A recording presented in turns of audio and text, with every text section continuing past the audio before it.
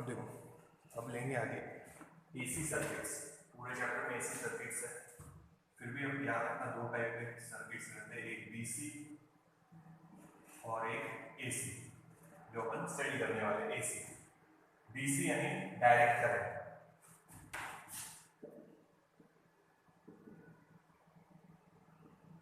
Direct current for विच जो voltage रहेगा it has fixed polarities. Polarities fix है, तो अपन बैटरी की डायग्राम ऐसे बनाते हैं, पॉजिटिव नेगेटिव, पोलैरिटी फिक्स है, ठीक है।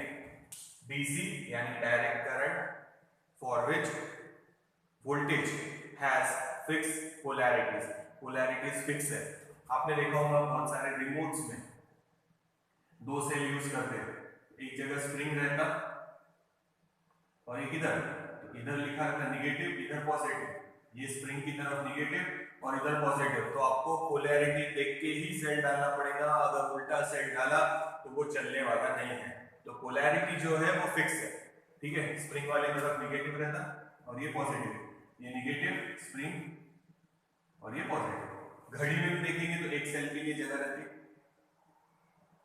ये एक स्प्रिंग, यहाँ सेल लगाएंगे, ठीक है, ये पॉजिटिव ये नेगेटिव।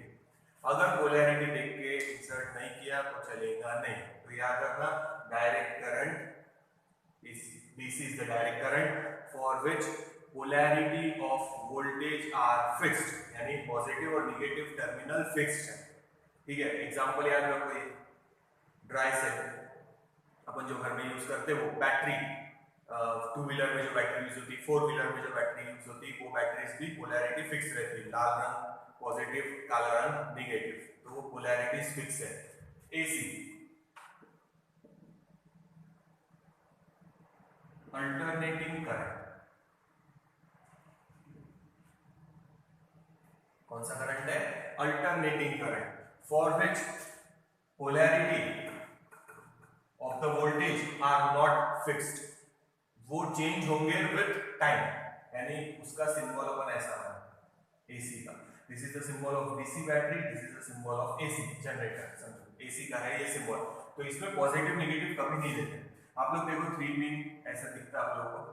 अब आपको इसमें प्लग लगाना है 2 पिन वाला, तो आप ऐसे भी लगा सकते हैं या गोल घुमा के लगाएंगे तो भी अपना सर्किट चलने वाला है, because polarity will change with respect to time. Polarities बदलने वाली है, पॉजिटिव नेगेटिव।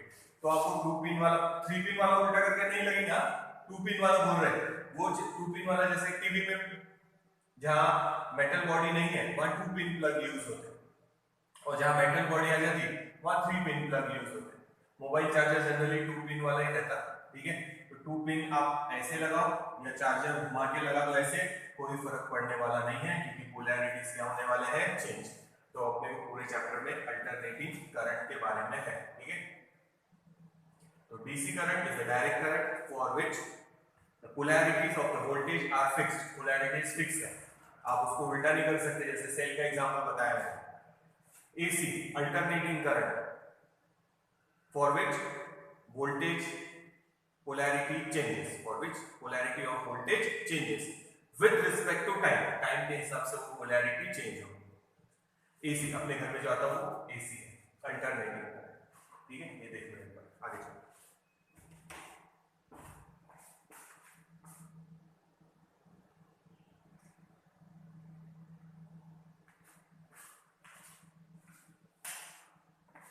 पूरे चैप्टर में एसी के बारे में है, एसी सर्किट्स, ठीक है।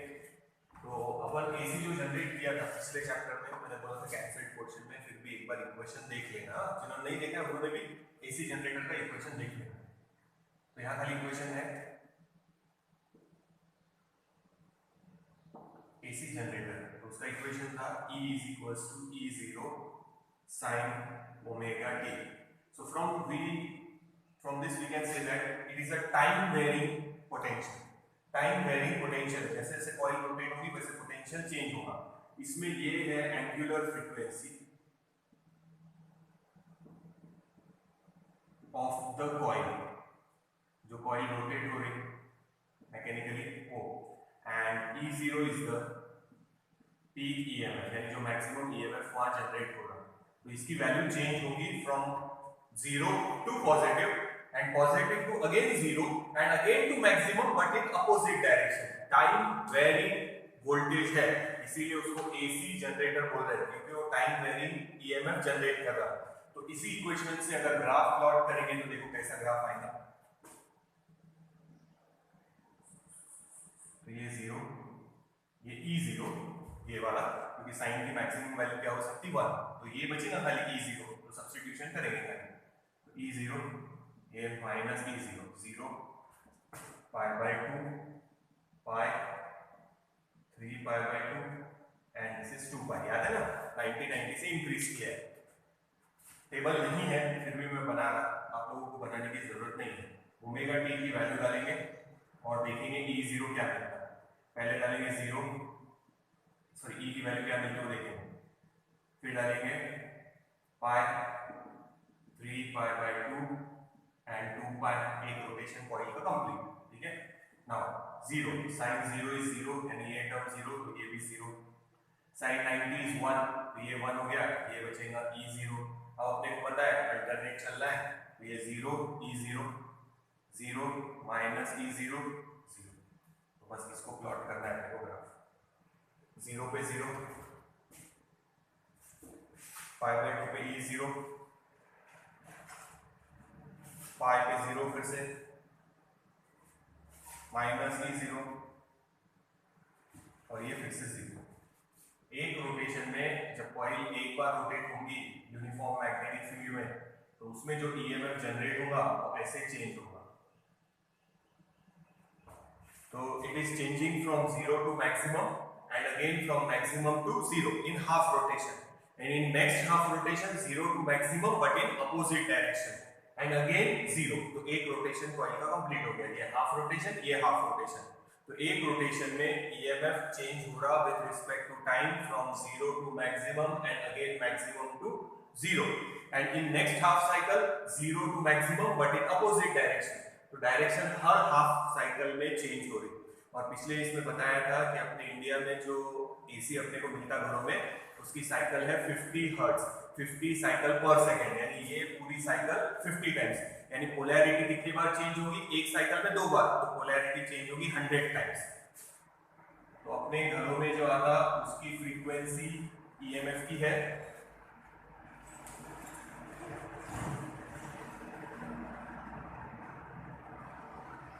अपने घरों में जो अल्टरनेटिंग वोल्टेज आता है वो है 220 वोल्ट, यानी ये अगर लिखेंगे मैक्सिमम तो है 220 वोल्ट, ये माइनस 220 वही है समझो।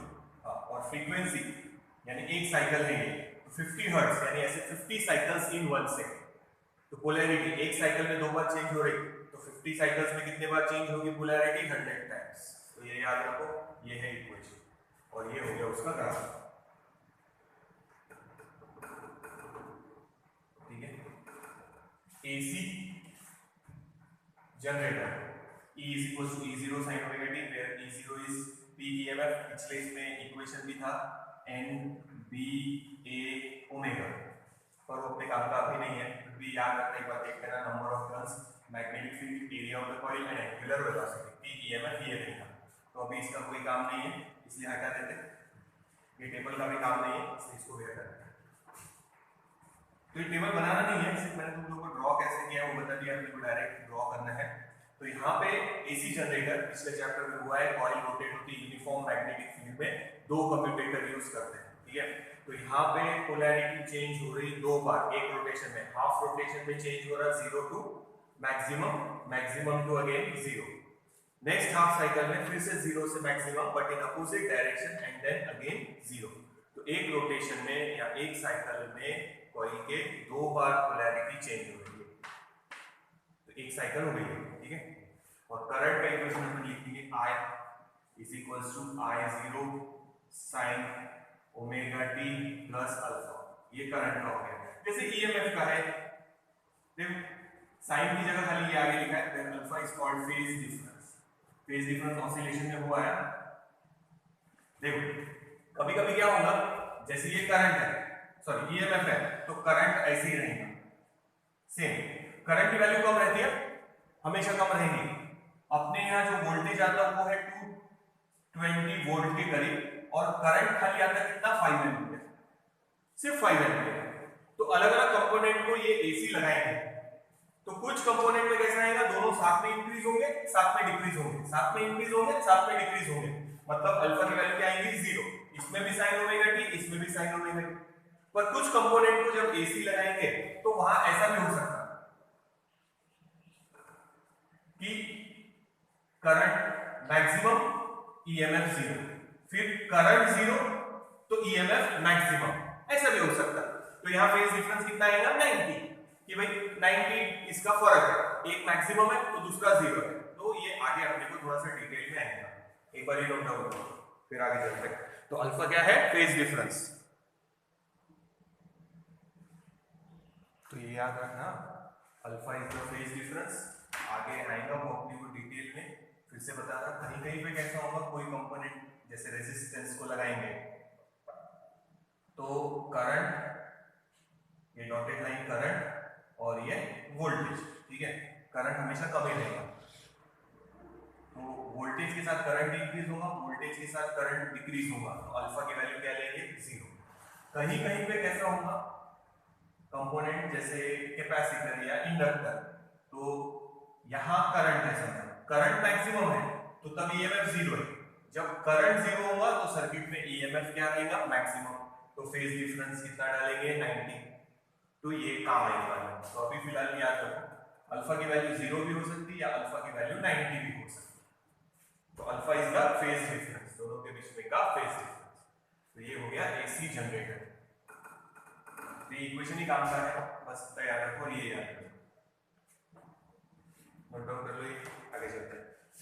पुराने वीडियो में एसी जनरेटर का इक्वेशन डिराइव किया, जस्ट एक बार देख लेना, लर्न करने की जरूरत नहीं है क्योंकि वो कैंसल्ड पोर्शन है, ये भी कैंसल्ड में ही है एसी जनरेटर, पर ये इक्वेशन आगे काम आने वाला है, ये इक्वेशन आगे यूज करना है, इसीलिए फिर ये बता रहा हूं। और एसी जनरेटर पहले वाला भी लिया है, तो इसके पहले वाले चैप्टर का लास्ट वीडियो एसी जनरेटर है, उसमें वो देख लेना, ये इक्वेशन डिराइव किया है। नोट डाउन करो।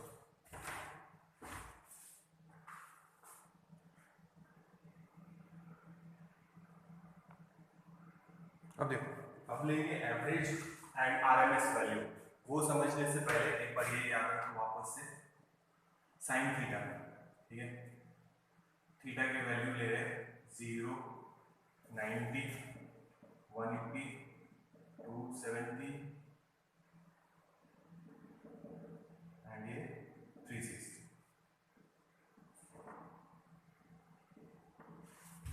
साइन 0 इज 0, साइन 91, साइन 0 0 और ये -1 और ये 0।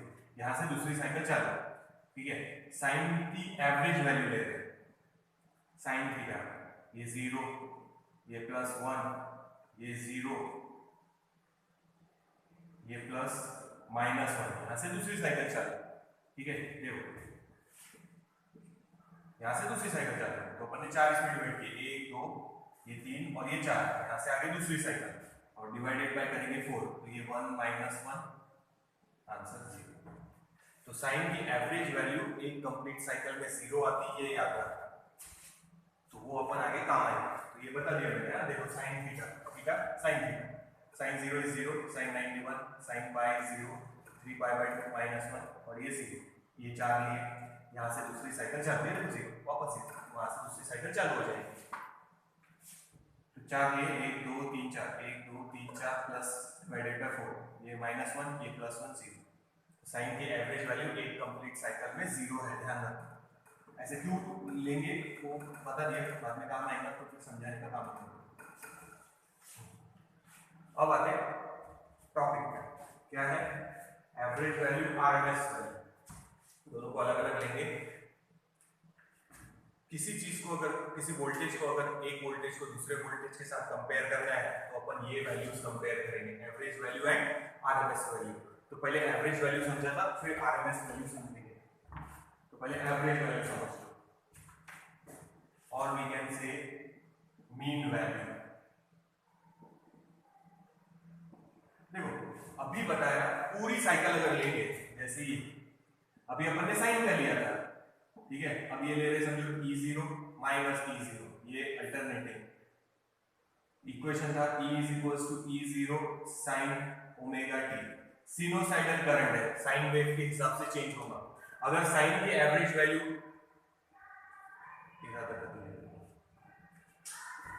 जाने दो इसको, तो याद रखो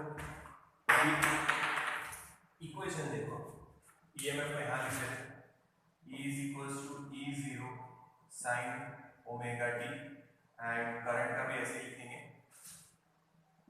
I is equals to I0 sine omega t. अभी फेज डिफरेंस रखते हैं, जीरो है समझो।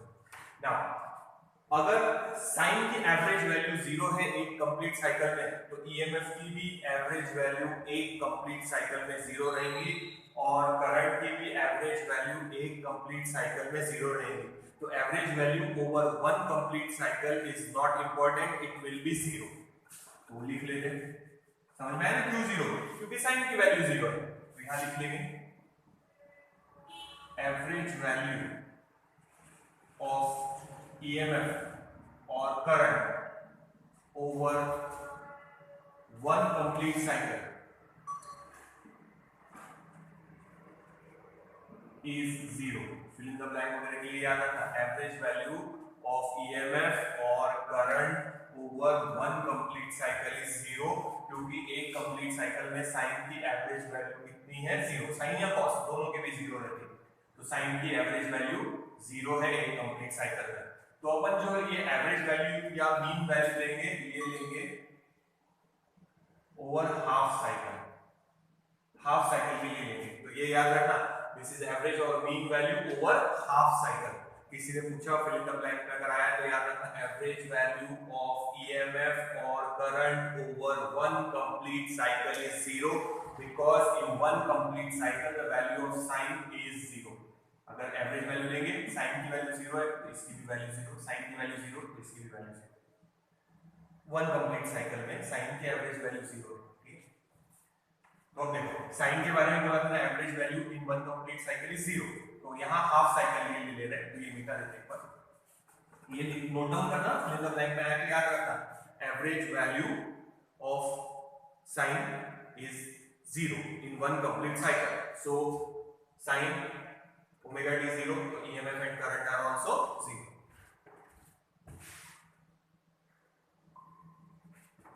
याद रखना एवरेज वैल्यू ऑफ ईएमएफ और current in one complete cycle is zero, इसीलिए एवरेज और मीन वैल्यू लेंगे ओवर हाफ साइकिल।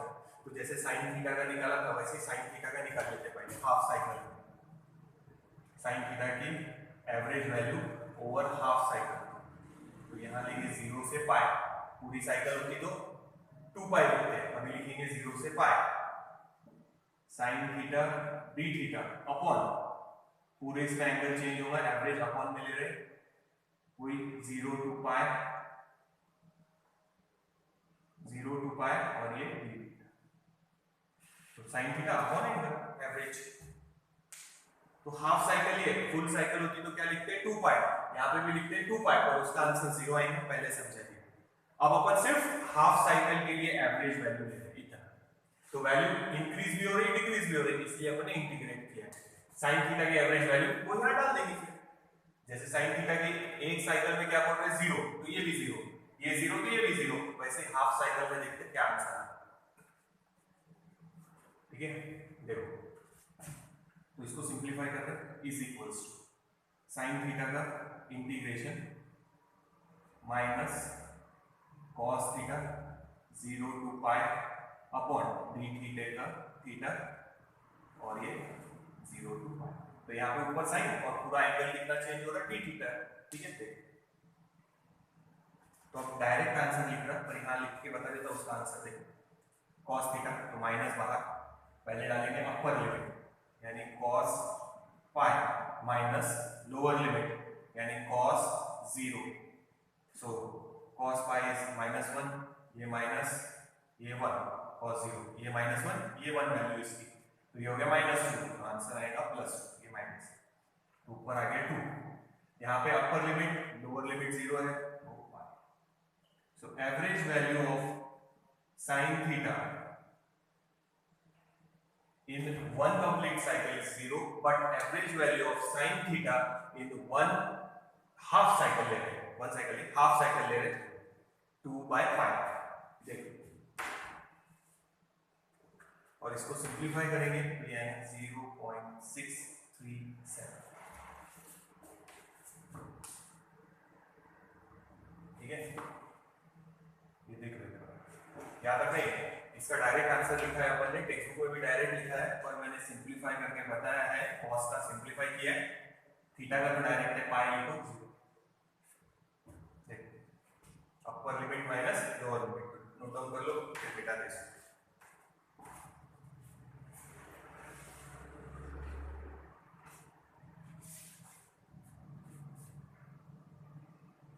ठीक है, तो इसको दिखाना नीचे तक।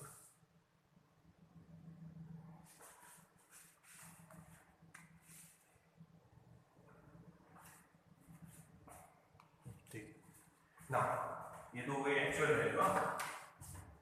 ये तो E average value in half cycle ले रहे हैं, it will be E0 into sine की एवरेज वैल्यू लिख लो 0.637 और आई एवरेज लेंगे तो I0 इंटू 0.637। तो ये याद है, पूरी साइकिल में साइन की वैल्यू 0 है, तो E average in one complete cycle is 0, याद रखना है यार। Average in one complete cycle, E average will be 0 and I average will be 0. Q 0 because sin और cos की value in one complete cycle is 0.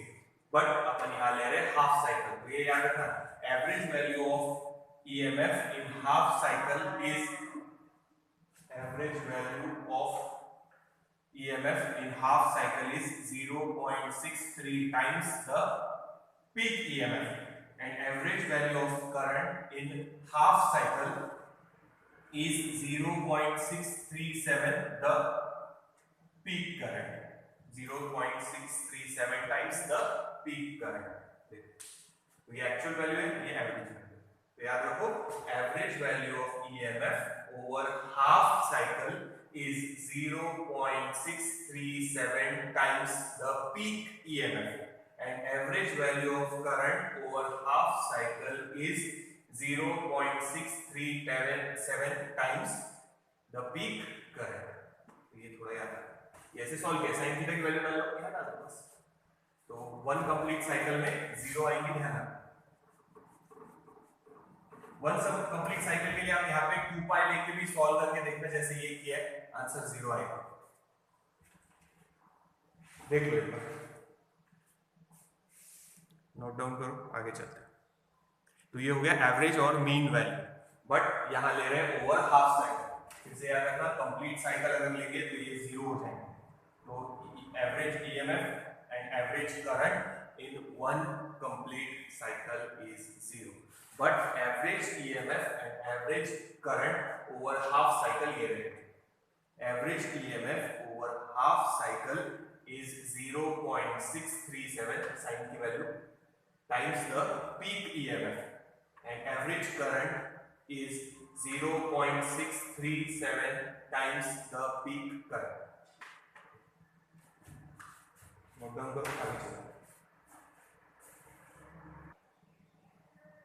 अब देखो root mean square value ले रहे हैं, ठीक है, उसको भूल जाओ एक बार। अब देखो अपने पास एक एमीटर, आप लोगों ने ओम्स लॉ के टाइम यूज किया होगा ऐसा, और ये है volt meter.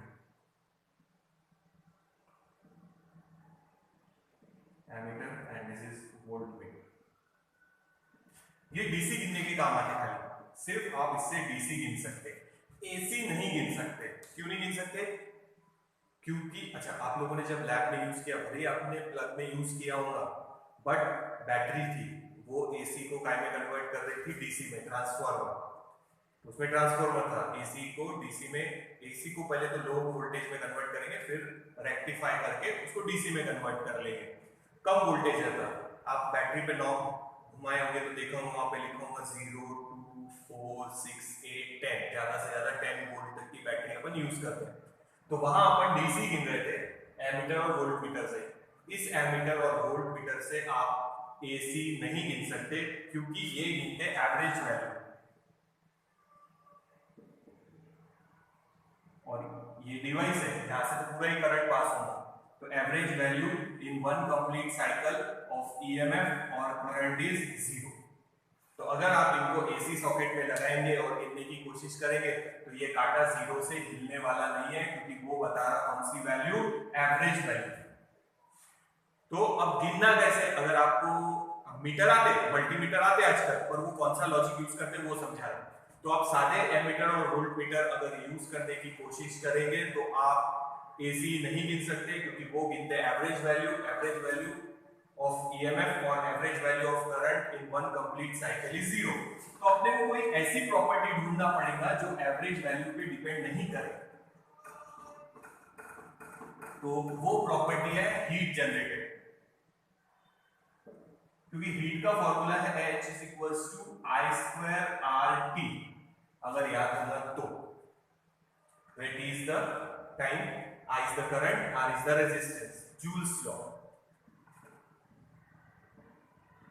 It is Joule's law. तीन थे equation, H = I²RT, H = VIT and H = V²T/R। ठीक है, अब यहाँ I का स्क्वायर है, I का स्क्वायर है, तो याद रखना स्क्वायर है तो इसमें डायरेक्शन का कोई फर्क नहीं पड़ता, प्लस रहो या माइनस रहो फर्क पड़ने वाला नहीं है। तो हीट जनरेटेड में डीसी और एसी I² पे डिपेंड करेंगे, तो I² में डायरेक्शन का कोई लॉजिक ही नहीं है। तो अब अपन डिफाइन कर सकते हैं root mean square value, IRMS और ERMS। तो ये हीट जनरेट करेंगे और ये डीसी है समझो, डायरेक्ट करंट जैसे। ठीक है, अब अपने जो पीक वैल्यू है वो है E0 और I0, इनके बीच में का रिलेशन बताऊंगा, पर एक बार समझ लो लॉजिक। तो heat generated does not depend on direction, direction पे डिपेंड नहीं करता, एक ही डायरेक्शन में फ्लो होगा तो भी चलेगा और वैरी हो रहा होगा तो भी चलेगा, क्योंकि it is depending on square of the current. Square है तो फिर डायरेक्शन का कोई मतलब नहीं है। तो अब अपन एक रेजिस्टेंस लिया R और उसको एक लगा दिया डीसी, और वही रेजिस्टेंस लेंगे और उसको लगाएंगे एसी। यहां लगाया ईएमएफ ई और यहां ईएमएफ लगाएंगे ईआरएमएस। मैंने बोला ना ये आरएमएस वैल्यू जो निकालेंगे, root mean square value, RMS value. तो रूट मीन स्क्वायर क्यों बोल रहे हैं वो अपन बाद में देखेंगे, नाम याद रखो बाकी। It is that DC value और ये पीक वैल्यू, ये ईएमएफ, उन दोनों का रिलेशन निकालना है। कैसे आएगा वो बताओ। एक रेजिस्टेंस लिया R, समझो 100 ओम का, ये भी 100 ओम का ही है, एग्जैक्ट वही है, आइडेंटिकल।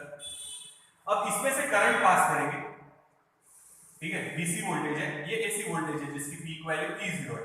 समझो करंट पास किया फॉर 10 मिनट्स, यहां पे भी करंट पास करेंगे फॉर 10 मिनट्स, रेजिस्टेंस भी सेम है, टाइम भी सेम है। ठीक है, तो हीट का फॉर्मूला देखो, H = I²RT, ये और ये सेम, तो सब कुछ अपना पे डिपेंड करेगा करंट पे। ठीक है, तो अब ध्यान रखो, या ईएमएफ से करंट जनरेट होगा। It is that DC value, it is that DC value that produce same amount of heat as produced by an alternating source in same time and in same resistance।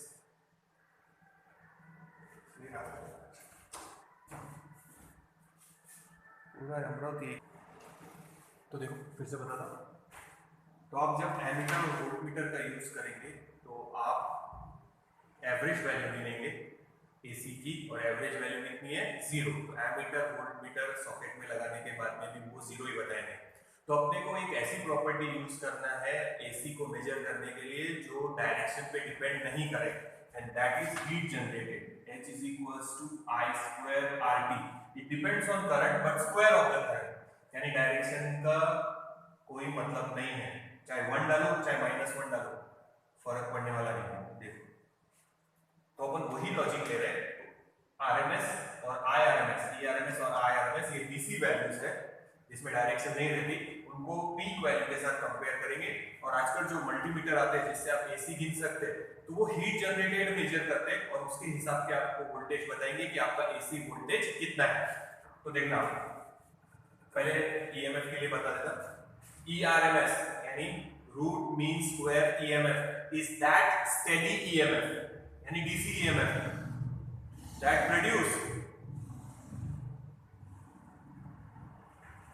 produce same amount of heat in same resistance in same time।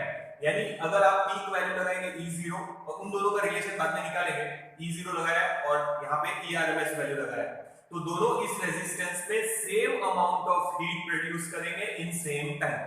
तो उसी का logic use करके अब नए जो multimeters है, analogue multimeter या digital multimeter बोल रहे हैं, उससे आप अलग अलग चीजें गिन सकते हैं, रेजिस्टेंस भी गिन सकते हैं, डीसी भी गिन सकते हैं, एसी भी। जब आप एसी गिनेंगे तो वो हीट जनरेटेड कितनी हो रही है वो देखेगा और उसके हिसाब से आपको वैल्यू बताएंगे। तो इन दोनों का रिलेशन निकालेंगे। तो यहाँ जो करंट रहेगा वो रहेगा IRMS और यहाँ करंट रहेगा I0 पीक करंट। ठीक है, सो IRMS is that steady current that produce same amount of heat in same resistance in same time as produced by an alternating current। फिर से देखना इसकी डेफिनेशन।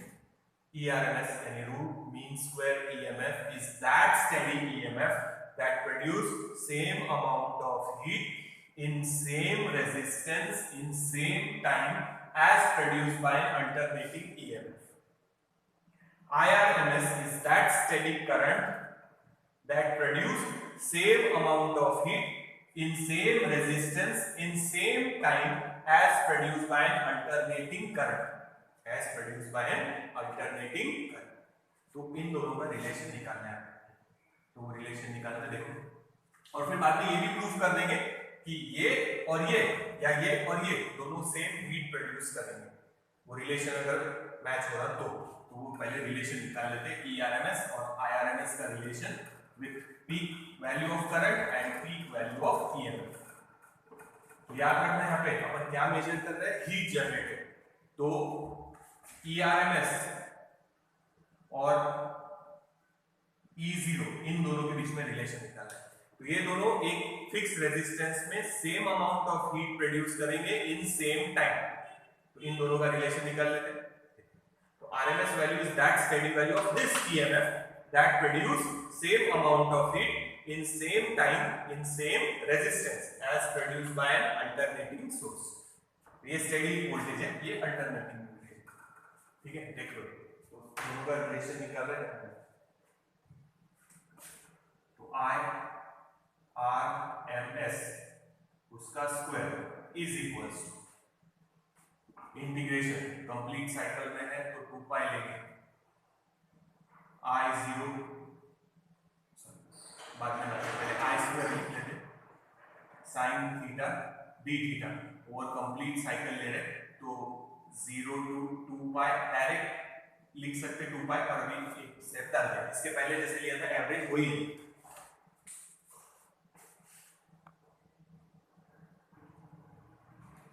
तो ये है RMS करंट, इसके पहले लिया था sine theta upon D theta था, बस वैसे ही। तो यहाँ डी थीटा की जगह 2 पाई डायरेक्ट लिख सकते हैं, तो थोड़ा छोटा लिखते हैं, जगह नहीं बचेगी। तो स्क्वायर ले रहे हैं I square, so IRMS square it is equals to integration of 0 to 2 pi I square और साइन थीटा। अच्छा बाद में वैल्यू सब्स्टिट्यूट कर देंगे। ठीक है, पहले I स्क्वायर ले रहे तो डी थीटा अपॉन नीचे डायरेक्ट लिख लो 2 पाई। अब साइन थीटा डालेंगे, I0 की वैल्यू सब्स्टिट्यूट करो, I is equals to I0 sine theta या ओमेगा टी। तो अभी थीटा ही रहने देंगे, ओमेगा टी लिख सकते हैं वहां पे। तो यहाँ वैल्यू सब्स्टिट्यूट करेंगे, इंटीग्रेशन ऑफ 0 to 2 पाई, ये हो जाएगा I0 square sine square theta D theta और अपॉन में ये 2। बेटा अगर तुम लोग चाहे यहाँ पे तो integration of 0 to 2 pi D theta ऐसा लिख सकते हैं पहले, फिर डी थीटा का answer theta upper limit minus lower limit तो 2 और डायरेक्ट 2 पाई लिखना, टेक्स्ट में भी डायरेक्ट लिखा है। तो अपने को किसका रिलेशन निकालना है, IRMS, it is that steady current in one cycle. तो IRMS ले रहे हैं I0 स्क्वायर v थीटा 0 से लेके 2 पाई यानी कंप्लीट साइकिल अपॉन में पूरा 2 पाई, ठीक है, एवरेज वैल्यू। तो ये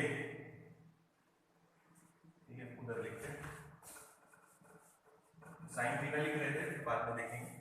I की वैल्यू सब्स्टिट्यूट किया है, ब्रैकेट में मेंशन कर दो एक बार फिर से, I is equals to I0 sine theta, या थीटा की जगह ओमेगा टी भी लिख सकते हैं, अभी थीटा ही है तो थीटा ही रहेगा, ठीक है। तो इसका स्क्वायर ये,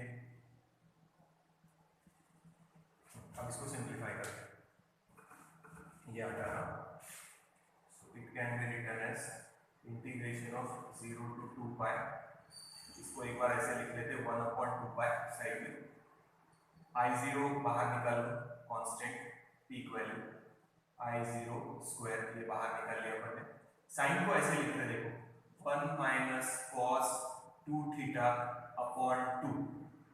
अब ये कहाँ से आया वो समझा देना फिर से, तो वो लिखेंगे नहीं, ध्यान रखो ये याद है फॉर्मूला cos 2 थीटा का 1 minus twice sine square theta, तो इसको इधर ले लो, twice sine square theta it is 1 minus cos 2 theta, ठीक है। So sine square theta it is 1 minus cos 2 theta upon में 2, तो ये सब्स्टिट्यूशन किया है, देखो तो इसकी जगह I0 बाहर लिख लिया और ये d थीटा वैसे।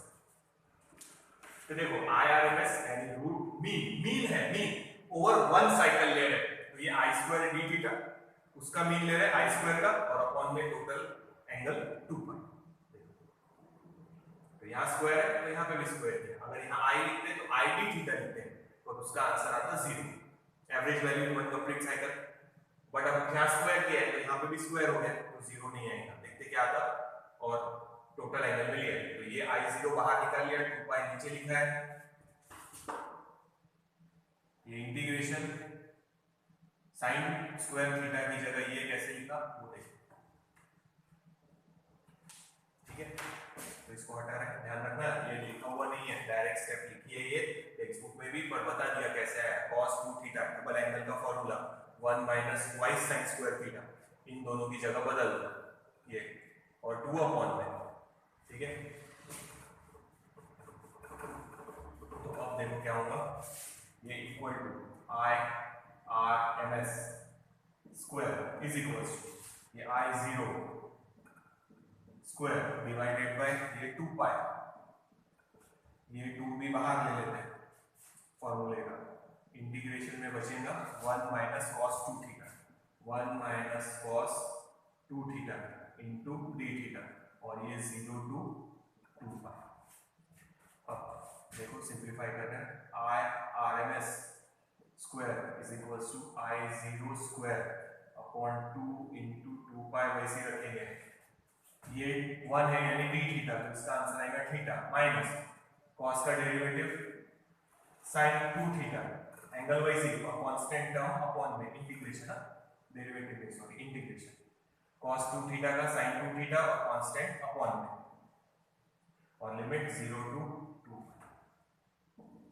सो I0 square upon 2 into 2 pi, upper limit डालेंगे 2 पाई माइनस लोअर लिमिट 2, और ये 2 यानी 4 पाई।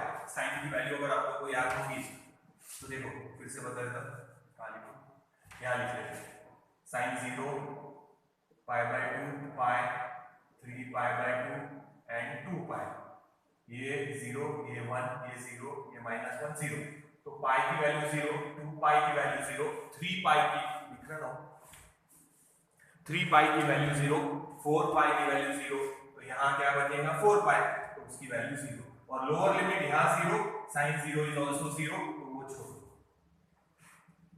समझा ना, या फिर लिख लो।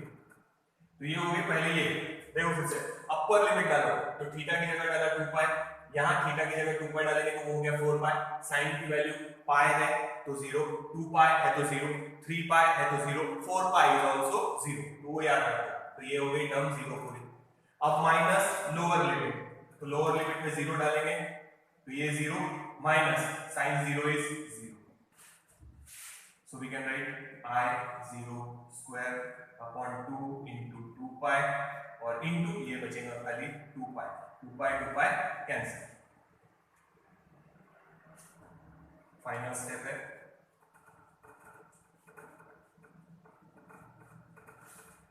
फाइनल स्टेप 2 पाई कैंसिल, यहाँ लिखिए final step. So I R M S square is equals to ये बचेगा I0 square upon 2, so I R M S is equals to root I0 upon taking square root, sorry square root लेते समय square है तो square ही है, उसको हटा देंगे और अपॉन में रूट। तो यहाँ पे अपन ने रूट लिया है, देखो वही लिख रहे थे पहले, रूट लिया है काय का स्क्वायर का, इसीलिए उसको बोल रहे रूट काय का मीन स्क्वायर का। मीन है वैल्यू एवरेज वैल्यू निकाला है उसने एक साइकिल में पर स्क्वायर का, तो रूट है स्क्वायर का, रूट है स्क्वायर का, तो कौन सी वैल्यू का मीन वैल्यू, तो ये मीन वैल्यू है एक कंप्लीट साइकिल में।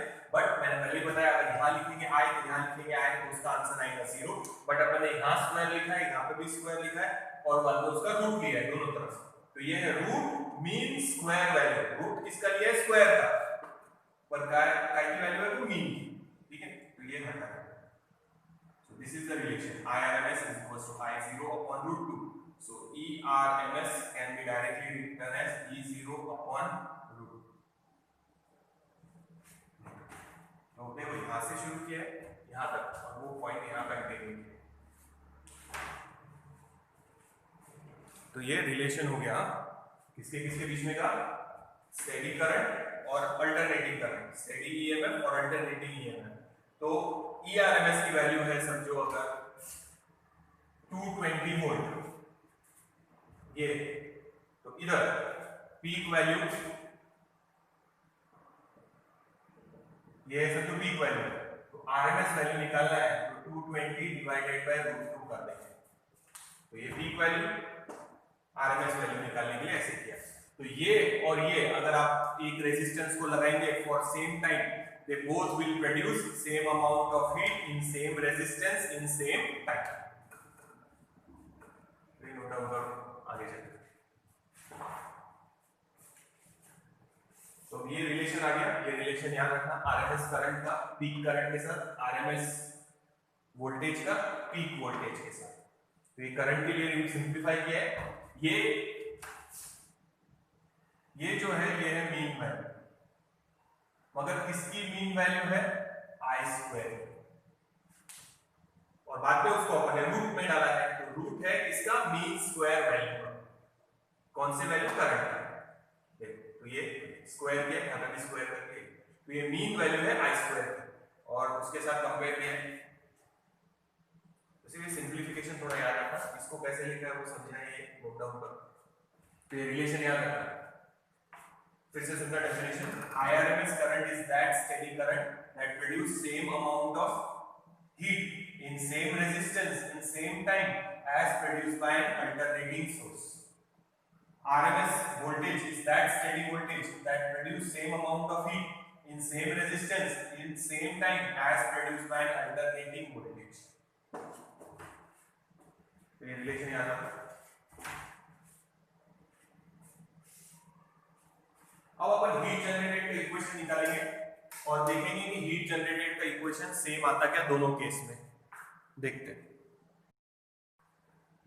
अब देखो heat produced by AC source in one cycle ले, तो इसे ध्यान रखो, एक रेजिस्टेंस लेंगे और उसको डीसी लगाएंगे, ठीक है, रेजिस्टेंस आर है जो भी फिक्स वैल्यू है, वही रेजिस्टेंस लेंगे और उसको एसी लगाएंगे, तो ये डीसी को बोलते हैं ईआरएमएस और ये एसी को बोलेंगे ई या ई0 पीक वैल्यू। इन दोनों के बीच में रिलेशन निकालना है, तो फिर से डेफिनेशन सुनो, RMS voltage is that steady voltage DC voltage that produce same amount of heat in same resistance in same time, ठीक है।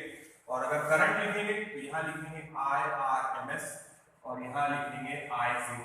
IRMS is that steady current that produce same amount of heat in same resistance in same time as produced by alternating current. और इन दोनों का relation और इन दोनों का relation निकालना है। तो अपन ने पहले बोला था कि आप AC जो है वो सादे वोल्टमीटर एमीटर से नहीं गिन सकते, तो अपने को कोई ऐसी प्रॉपर्टी चुनना पड़ेगा जो डायरेक्शन पे डिपेंड नहीं करती, and that was heat generated. Heat का फॉर्मूला ये लिया था H is equals to I square RT। H is equals to I square RT कौन सा लॉ है? Joules law.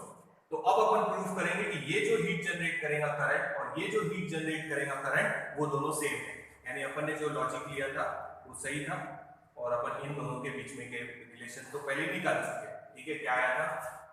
I RMS is equals to I0 upon root 2 and E RMS is equals to E0 upon root 2। तो ये IRMS value इस पर से निकाल सकते हैं, उतनी हीट प्रोड्यूस करेगा जितनी ये अल्टरनेटिंग करंट प्रोड्यूस करेगा, या ये आरएमएस वोल्टेज उतनी हीट प्रोड्यूस करेगा जितना ये अल्टरनेटिंग वोल्टेज प्रोड्यूस करेगा। तो ये रिलेशन अपन ने निकाल लिया। अब अपन यही रिलेशन यूज करके ये बताएंगे कि ये जितनी हीट जनरेट करेगा उतनी ही ये भी हीट जनरेट करेगा। तो अपन ने जो पहले लॉजिक लिया था कि heat generated does not depend on direction, वो प्रूफ हो जाएगा। तो ये अल्टरनेटिंग के लिए ले रहे, कांस्टेंट नहीं है करंट, इसलिए इंटीग्रेट करेंगे over one cycle 0 to t। तो यहाँ t की जगह कर रहे हैं, टाइम चेंज हो रहा है dt, बस इतना चेंज करना है। इंटीग्रेट किया, देखो I square RT, तो ये dt कर दिया क्योंकि इंटीग्रेशन डाला है 0 टू t। अब टाइम पीरियड का फॉर्मूला 2 पाई अपॉन ओमेगा, तो ये t की जगह लिख रहे हैं 2 पाई अपॉन, जो चेंज किया है वो याद रखना। अब ये हो गया अल्टरनेटिंग के लिए, अल्टरनेटिंग करंट जो हीट प्रोड्यूस करेगा वो इंटीग्रेशन लिया है क्योंकि करंट की वैल्यू चेंज हो रही है। I square RT, तो t को लिखा है dt, इंटीग्रेट करना है over one cycle, time period क्या रहेगा 2 पाई अपॉन। अब इसको सिंपलीफाई करके अगर इसका हीट का आंसर क्या आएगा, इसको इंटीग्रेट करने की जरूरत नहीं क्योंकि ये स्टेडी करंट है।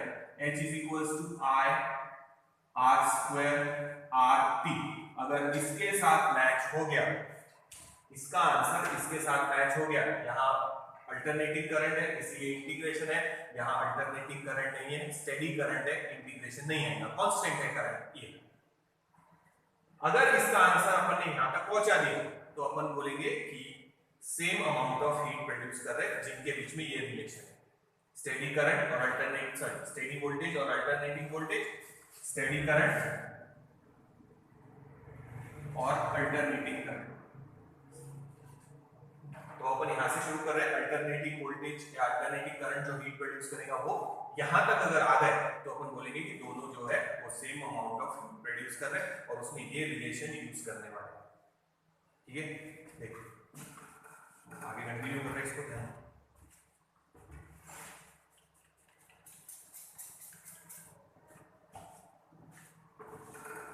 चेंजेस क्या किए इक्वेशन में समझ में आया, फिर से देखो।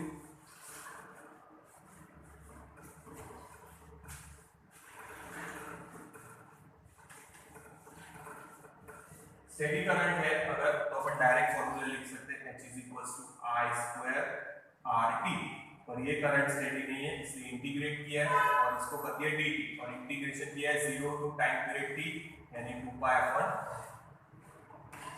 ठीक है, उतना चेंज किया है तुम्हें याद रखना। तो अब देखो इसमें वैल्यू डालेंगे, I is equals to I0 sin omega t, value substitute कर, H is equals to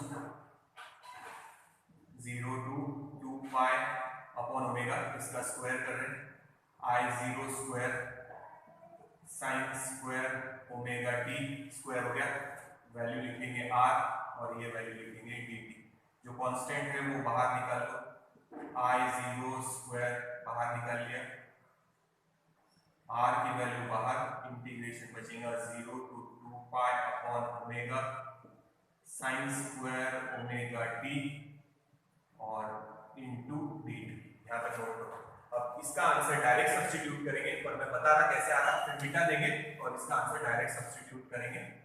ठीक है, देखिए इतना नोट डाउन करो फिर आगे ले।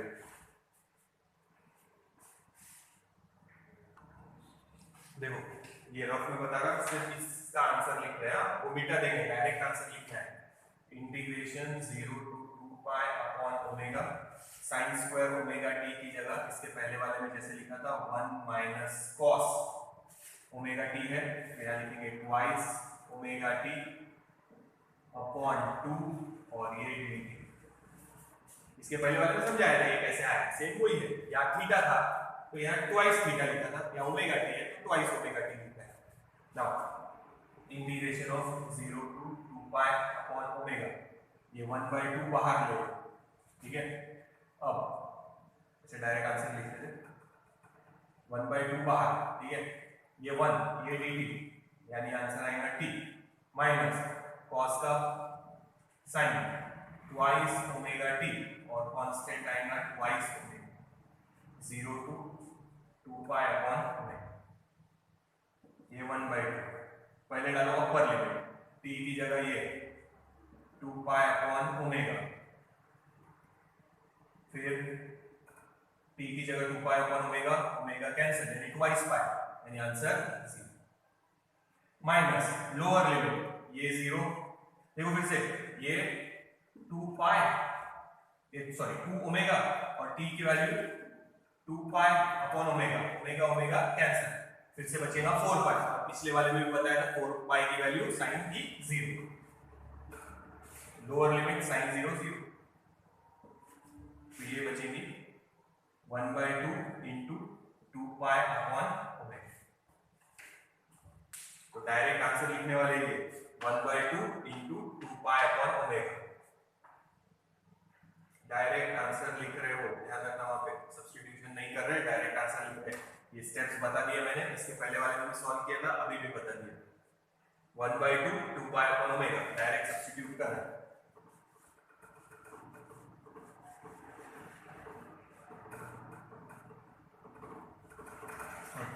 तो यहाँ डायरेक्ट सब्स्टिट्यूट कर रहे हैं, h इज इक्वल्स टू ये I0 स्क्वायर अपॉन में सॉरी अपॉन में बात में इंटू r, ठीक है, और इधर इसकी वैल्यू डायरेक्ट क्या थी 1/2 इंटू 2 पाई अपॉन ओमेगा, ठीक है।